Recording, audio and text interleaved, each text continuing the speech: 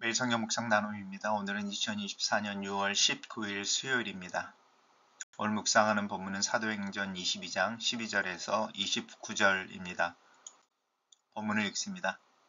율법에 따라 경건한 사람으로 거기 사는 모든 유대인들에게 칭찬을 듣는 아나니아라 하는 이가 내게 와 곁에 서서 말하되 형제 사울아 다시 보라 하거늘 즉시 그를 쳐다보았노라.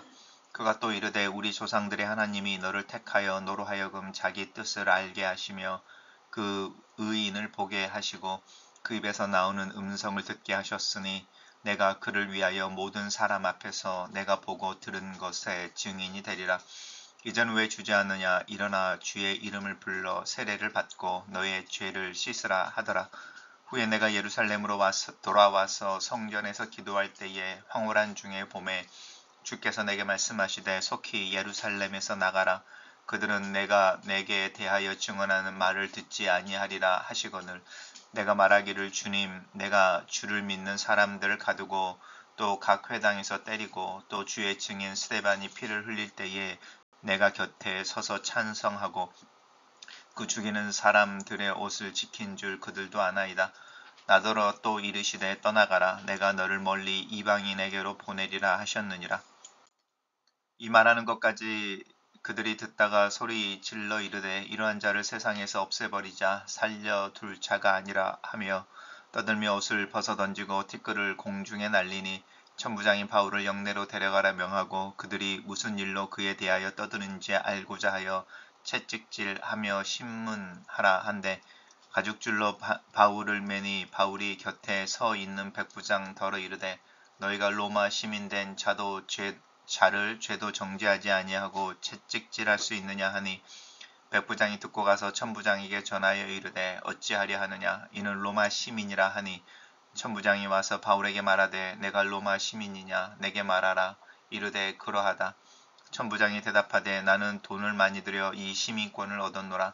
바울이 이르되 나는 나면서부터라 하니 신문하려던 사람들이 곧 그에게서 물러가고 천부장도 그가 로마 시민인 줄 알고 또 그 결박한 것 때문에 두려워하니라. 계속해서 바울의 간증, 자신이 어떻게 예수 그리스도를 믿게 되었는지 또 이방인의 사도로 부름을 받았는지에 대한 이야기를 하고 있습니다. 우리 오늘 묵상하는 본문은 이제 그 다메섹 도상에서 예수님을 만나고 눈이 멀어서 이제 주변에 있던 동행자들의 도움을 받아서 이제 다메섹으로 들어왔을 때에 그곳에 율법을 따라 경건한 사람이라고 이제 이야기하는 것은 유대인이라는 것, 이제 유대인 그리스도인이겠죠. 유대인 그리스도인임에도 불구하고 유대인들이 율법을 지켜서 모든 유대인들에게 칭찬을 받는 아나니아 이렇게 말합니다.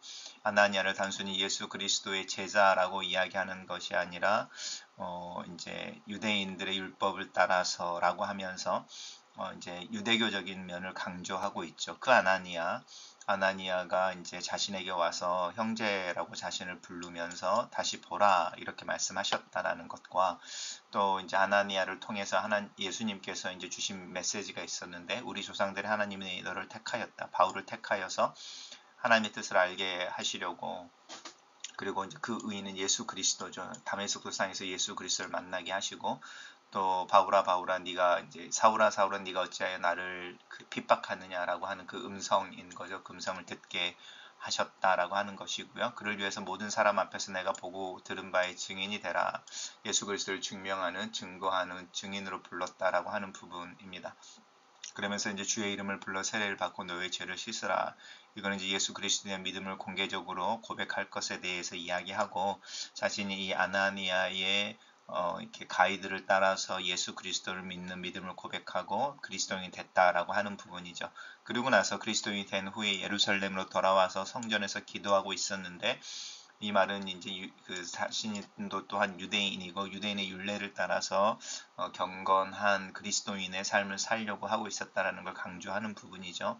그럴 때에 이제 황홀한 경에 주님께서 예루살렘을 나가서 이제 이야기하는 거죠. 근데 이제 예루살렘을 떠나라라고 이야기하는 부분에 이제 문제가 있는데 내가 내게 대하여 증언할 말을 그들이 듣지 않는다. 예루살렘에 있는 유대인들은 복음을 받아들이지 않을 것이다 라고 하는 부분인 거죠. 그것을 이제 강조하고 사실 이 부분 하나님의 말씀을 거역하는 자들이라고 이제 정죄하는 게 되는 거니까 이것 때문에 이제 바울의 간증을 듣고 있다가 이제 화를 내기 시작하는 사람들인 거죠. 근데 이제 바울은 자신이 스데반의 죽음의 곁에 서서 이를 찬송하고 죽이는 사람들의 옷을 지켰다라는 것은 단순히 증인이 됐다라는 게 아니고 이렇게 이 옷을 지킨다라고 하는 부분, 찬송하고 옷을 지킨다라는 것은 스데반이 이 죽임을 당하는데 그 바울이 주도적인 역할을 했다라는 거죠. 주관자였고 또 어쩌면 의장처럼 그것들을 의결하고 행하게 하는 이런 사람이었다라고 말할 수도 있습니다. 어쨌든 하나님께서 이제 예루살렘에 있는 유대인의 백성들이 하나님의 말씀을 듣지 않을 것에 대해서 이야기하고 사울을 이방인으로 보냈다라고 하는 부분을 명확하게 강조하고 있습니다. 하나님께서 이제 예루살렘에 있는 사람들을 거절하고 버리셨다. 그리고 유대인들보다는 이방인들을 선택했다라고 하는 바울의 간증의 마지막 메시지가 이제 바울의 간증에 귀를 기울이고 있던 유대인들을 이제 화가 나게 하는 거죠. 이렇게 말하는 것까지 그들이 듣고 있다가 소리 질러서 이제 바울을 죽이겠다고 하는 부분이죠. 이것은 하나님에 대해서 뭐 모욕한다 이런 문제가 아니죠. 세상에서 없어버리자라고 하는 거죠. 하나님이 유대인들을 버리시고 이방인들을 선택했다라고 말하는 사람을 없애자라고 이야기하는 부분입니다. 그리고 이제 옷을 벗어 던지고 티끌을 공중에 날리고 이제 자신들의 분노와 또 그 참남함에 대해서 표현을 하는 거죠. 근데 그런 모습을 보면서 이제 천부장이 바울을 영내로 데리고 가라고 명하고 왜 이런 문제가 일어나는지 이제 천부장이 알지 못하니까 이제 그것들을 알고자 하여 바울을 신문 이제 하는데 채찍질로 신문하는 거죠.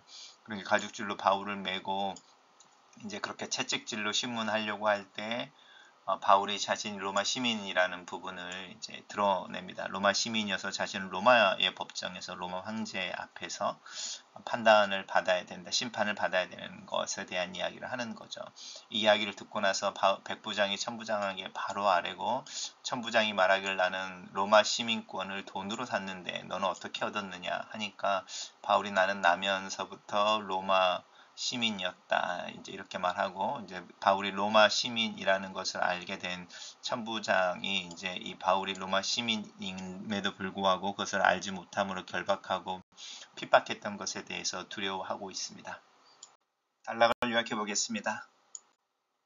예루살렘의 군중 앞에 선 바울은 자신이 이방인에게 복음을 전하게 된 경위를 간증하나 군중들이 다시 광분하고 천부장은 바울을 검문하여 신문하려 든다. 이렇게 정리해봤습니다. 밀성경의 묵상 나눔입니다. 바울은 자신이 예수 그리스도의 증인된 것과 이방인에게 복음을 전하는 사도가 된 것이 자신의 결정이 아니라고 말합니다. 그는 다메섹에서 예수 그리스도의 빛을 본 이후에 눈이 멀었습니다. 눈이 흐려진 만큼 살아갈 의미도 흐릿해져 있을 때에 하나님이 경건한 유대인 아나니아를 통하여 앞으로 그가 예수 그리스도의 증인이 되어야 함을 알려주셨다고 말합니다. 또 증언을 듣지 않는 유대인들을 떠나 예루살렘 넘어 이방인에게로 간 것도 주님의 명령이라고 분명하게 밝힙니다. 예수를 만난 이후 바울에게 중요한 것은 하나님의 뜻을 수행하는 일이었습니다. 그는 하나님의 뜻을 따르기 위해 매일 자신을 부인해 왔습니다. 하나님을 믿는 것, 하나님의 백성이 되는 것, 자기 신념을 내려놓고 하나님의 뜻을 따르는 것입니다. 모든 것이 합력하여 선을 이루게 하시는 하나님이십니다. 천부장의 지시로 바울은 가죽줄로 묶여 채찍에 때리려 하자 바울은 자신이 로마 시민임을 드러냅니다. 로마 시민을 재판 없이 때리는 것은 불법이기 때문에 바울은 채찍질을 당하지 않습니다. 바울이 가진 로마 시민권은 그가 노력하여 얻은 것이 아닙니다. 하나님께서 이때를 위하여 그를 로마의 시민권자로 태어나게 하셔서 얻은 것입니다. 내 모습이 지금은 사소하게 보여도 미래를 내다보시는 하나님께서 그 순간을 사용하시고 또 하나님의 중요한 순간을 위한 포석일 수 있습니다. 이스라엘의 소망에 관한 메시지를 기대했던 유대인들은 바울의 말에 경외함을 품고 경청했습니다. 하지만 하나님의 뜻에 따라 이방인에게로 나아갔다는 바울의 말에도 극도로 반발합니다. 하나님이 유대인과 이방인을 구별하지 않고 누구나 구원하려 하신다는 바울의 생각을 전혀 받아들이지 못합니다. 유대인으로서 지켜온 규율과 방법에 갇혀있기 때문입니다. 그들은 새 포도주를 담지 못하는 낡은 가죽 부대와 같습니다. 생각이 굳고 통념에 갇히면 하나님이 일으키시는 역동적인 사건을 부정하게 됩니다.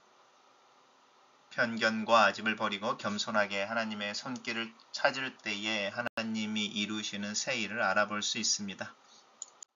글로 쓰는 기도입니다. 살아계신 하나님, 하나님의 일하심과 계획하심을 따라 하루하루를 삽니다. 내 마음 깊은 곳에서 하나님을 신뢰하는 믿음이 더 강해지며 하나님의 신실하심을 신뢰함으로 오늘 하루를 긍정하고 내일을 기대하며 살기를 원합니다.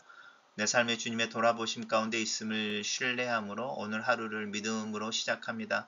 내 마음에 평안과 기쁨을 주시고 나와 함께 동행하여 주시옵소서. 예수님 이름으로 기도합니다. 아멘.